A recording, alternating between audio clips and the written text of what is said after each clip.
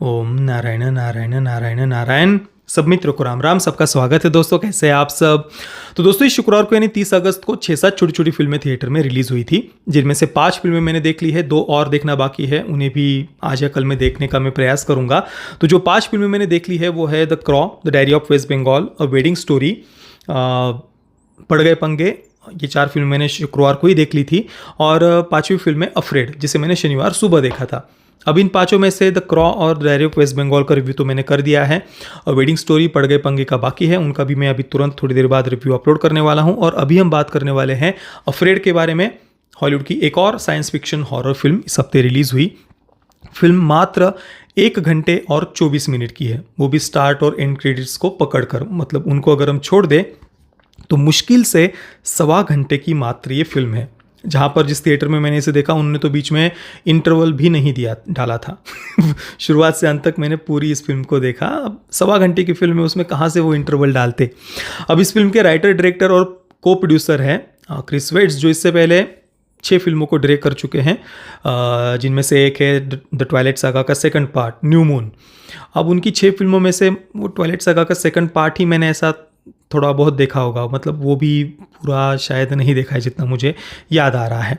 और उनकी जो आखिरी फिल्म थी वो 2018 में आई थी, तो काफ़ी मतलब 6 वर्षों के बाद में उनकी कोई फिल्म आई है। अब इस कहानी में उन्हें पता नहीं ऐसा क्या दिख गया, उनके द्वारा ही लिखी गई है, पर मतलब क्या स्पेशल है या अलग था पता नहीं कि इस पर उन्होंने कहानी फिल्म बनाने के बारे में सोचा। क्योंकि जो साइंस फिक्शन हॉरर फिल्मों की जो टिपिकल थीम होती है वही यहाँ पर भी है, कि कोई एआई है, वो अपने आप को इतना डेवलप कर लेता है, सेल्फ अवेयर हो जाता है कि वो जिस परिवार का होता है, शुरुआत में तो उस परिवार को प्रोटेक्ट कर रहा होता है, बाद में वो इतना ऑब्सेस्ड हो जाता है कि उस परिवार के लिए खतरा बन जाता है। अब इस सेम थीम के ऊपर कितनी सारी फिल्में आई हुई है, मतलब गिनने लग जाऊंगा तो मुझे तो नाम भी, मतलब गिनती भी मैं भूल जाऊंगा शायद।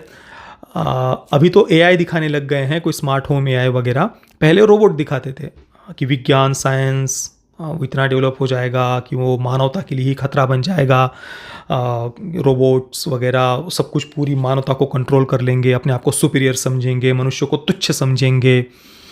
मैट्रिक्स की भी बेसिक थीम यही थी।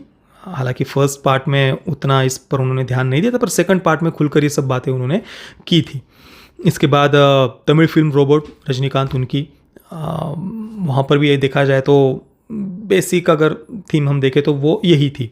और अभी हाल ही के समय में जो एआई वो कहने लग गए हैं, तो इस पर देखिए अभी कुछ वर्ष पहले, 6 या 7 वर्ष पहले ताऊ नाम की फिल्म आई थी नेटफ्लिक्स पर, उसका मैंने रिव्यू किया था हमारे चैनल पर। वहाँ पर भी एक स्मार्ट होम एआई ही उन्होंने दिखाया था। इसके अलावा पिछले वर्ष की बात करूँ तो मेगन नाम की फिल्म आई थी, वहाँ पर भी यही था, एक एआई डॉल दिखाई थी, आर्टिफिशियली इंटेलिजेंट डॉल, जो अपने आप को इतना डेवलप कर लेती है, सेल्फ अवेयर हो जाती है, और जिस परिवार को, विशेषतः जिस बच्ची को वो प्रोटेक्ट करने की उसकी जिम्मेदारी होती है, कर्तव्य होता है, वो उसको प्रोटेक्ट करने के चक्कर में कुछ बहुत गलत निर्णय लेने लग जाती है, लोगों को मारने लग जाती है, और इतना वो ऑब्सेस्ड हो जाती है कि बाद में उस परिवार के लिए, उस बच्ची के लिए ही वो खतरा बन जाती है।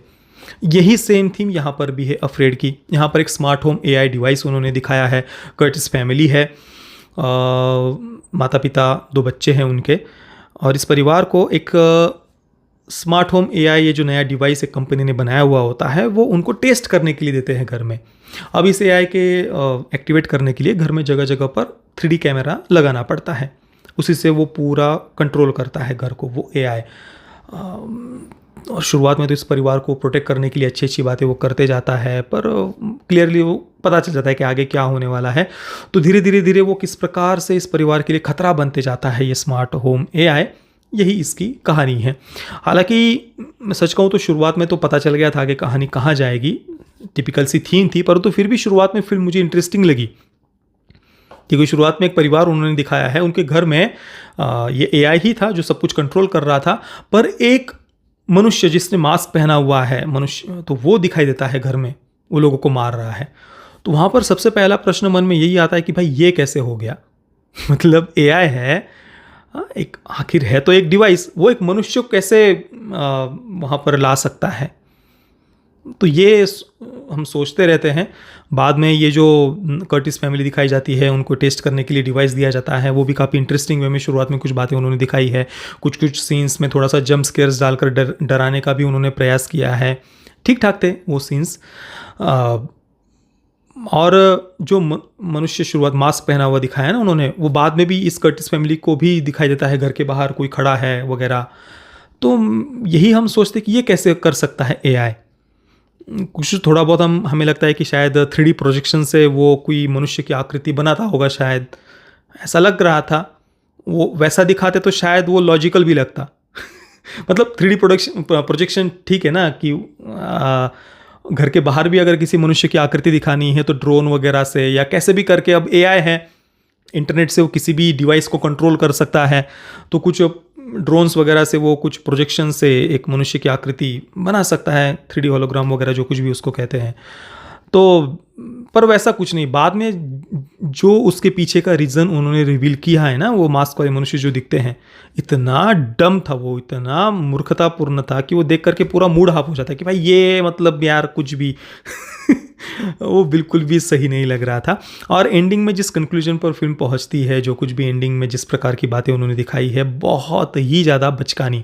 ऐसे लग रहा था शुरुआत में ठीक ठाक फिल्म चल रही थी, पर बाद में शायद डायरेक्टर अपनी ही स्क्रिप्ट से इतना ऊब गए कि यार छोड़ो यार, रहने दो, मुझे कुछ लिखना नहीं है आगे। अब कुछ भी एंडिंग में वो ऐसे ही पूरा कचरा कर दिया है उन्होंने। बहुत ही डिसअपॉइंटिंग फिल्म में इसे कुल मिलाकर कहूँगा।